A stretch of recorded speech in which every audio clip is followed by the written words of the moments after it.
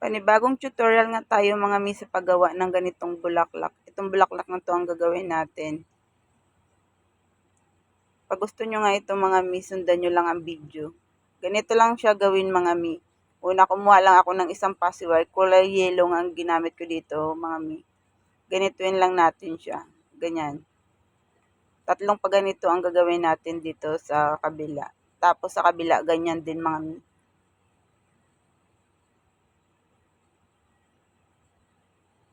Ayusin lang natin ang pag-fold ng ating paciwire para pantay sa kabila at sa kabila din.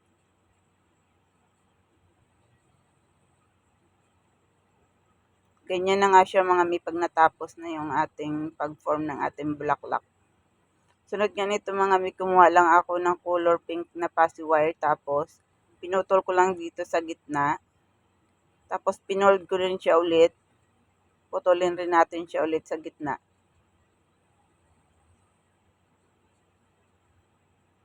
Ito yung gagawin nating pang-design dito sa pinakagitna ng ating mga petals ng bulaklak mga mi.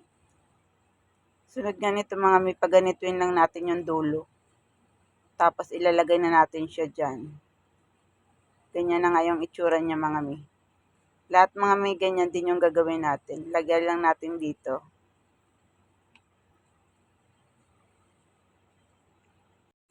Pasensya na kayo sa boses ko mga mi kasi medyo namamaos kasi ako eh.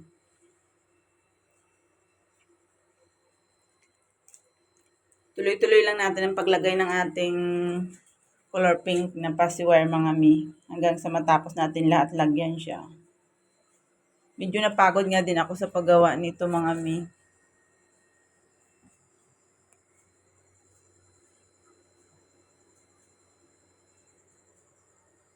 Ganyan na nga yung itsura niya mga mi. Sunod nga nito mga mi, kumuha lang ako dito ng isa sa baba. Tapos pinaikot ko na sa dyan para higpitan natin yung ating bulaklak na petals. Ganyan na yung pinaka-itsura niya mga mi. O diba ang ganda? Nakakasyala talaga. Ayan. 5 piraso nga yan ang ginawa ko mga mi. Ayan. Sunod nga nito mga mi, kumuha lang ako ng artificial stamen.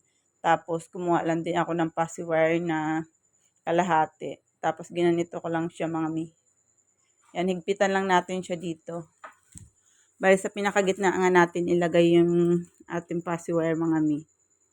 Yan, ganyan na nga yung itsura niya mga mi. Sunod nga mga mi, kumuha na rin ako ng green na paciwire dito. Gagawin natin siyang dahon.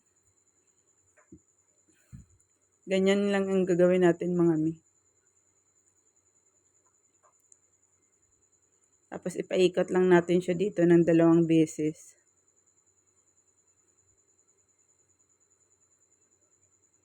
Bababa lang natin yung 2 dito sa gilid. Tapos atin lang higpitan dito sa pinakadulo niya sa baba. Tapos pinaikot ko lang yung isang paciwire dyan mga mi para maghigpit na. Ayusin lang natin yung dahon natin. Bali 5 piraso nga ng dahon ang ginawa ko dyan mga mi. Tapos gumawa rin ako ng malalaking dahon, 3 piraso mga mi, ganyan. Sunod nga nito mga mi, nilagyan ko lang din ng glugan yung artificial stamen natin dito para tumayo yung ating stamen, ganyan. Sunod nga nito mga mi, nilagyan ko na siya ng glugan. Tapos ilalagay na natin dito yung ating stamen sa gitna. Pagdikit-dikit na natin yung lahat ng petals ng ating mga bulaklak mga mi.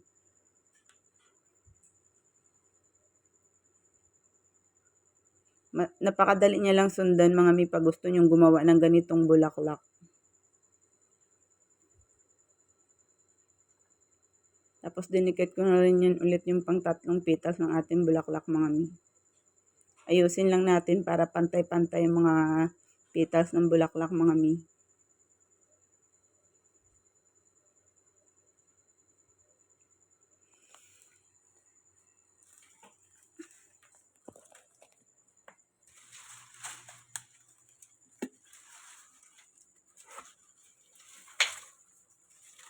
Ganyan na nga yung itsura niya mga mi pag natapos na natin ipagdikit-dikit yung lahat ng mga petals ng ating bulaklak.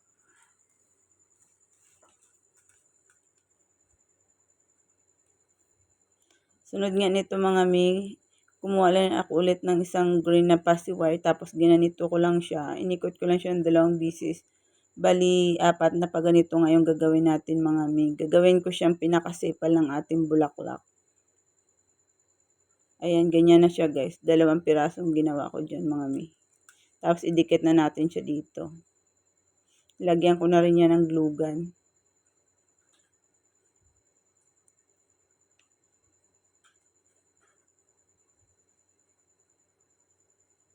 Tapos dinikit ko na rin yung pangalawa nating sepal dito sa kabila para mabuo na. I-press lang natin mga mi para dumikit talaga siya.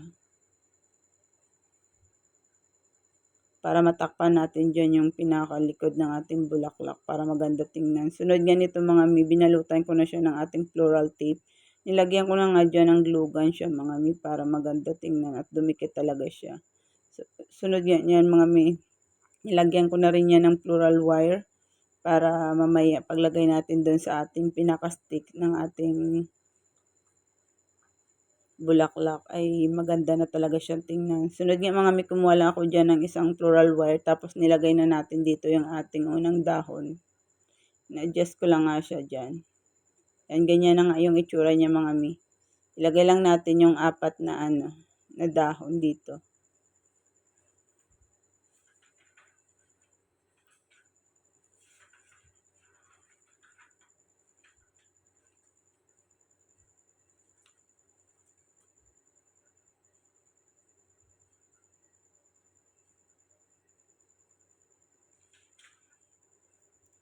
Napagod na nga ako mga miss sa kakagawa ng aking mga tutorial at mga bulaklak kasi marami talaga akong ginawang mga buke nito. Tapos gumagawa rin ako ng tutorial sa paggawa ng ating bulaklak. Sunod nga mga minilagay ko na yung bulaklak natin. Ayan, ganyan. Tapos ilagay natin ulit yung pangalawang bulaklak. Ayan.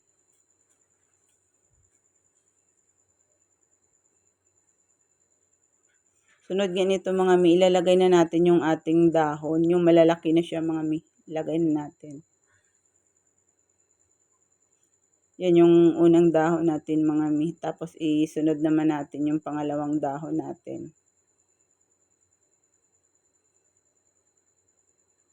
Hanggang sa malagay na natin siya lahat mga mi. Sunod na natin yung pangatlong dahon natin sa paglagay para kompleto na siya mga mi. Tapos balutan na natin lahat ng passive wire ng ating floral tape yung ating floral wire. Ganyan na nga yung pinaka-itsura niya mga mi pag natapos na. O, diba napakaganda. Pasensya na mga mi pag bulol ako. Nagmamadali kasi ako. Ayan na siya mga mi. O diba nakakasyala. Ang ganda niya talaga mga mi pag natapos na. Enjoy rin naman yung paggawa natin kasi nga nakita natin yung outcome ng ating mga bulaklak. Thank you for watching and see you in my next tutorial videos.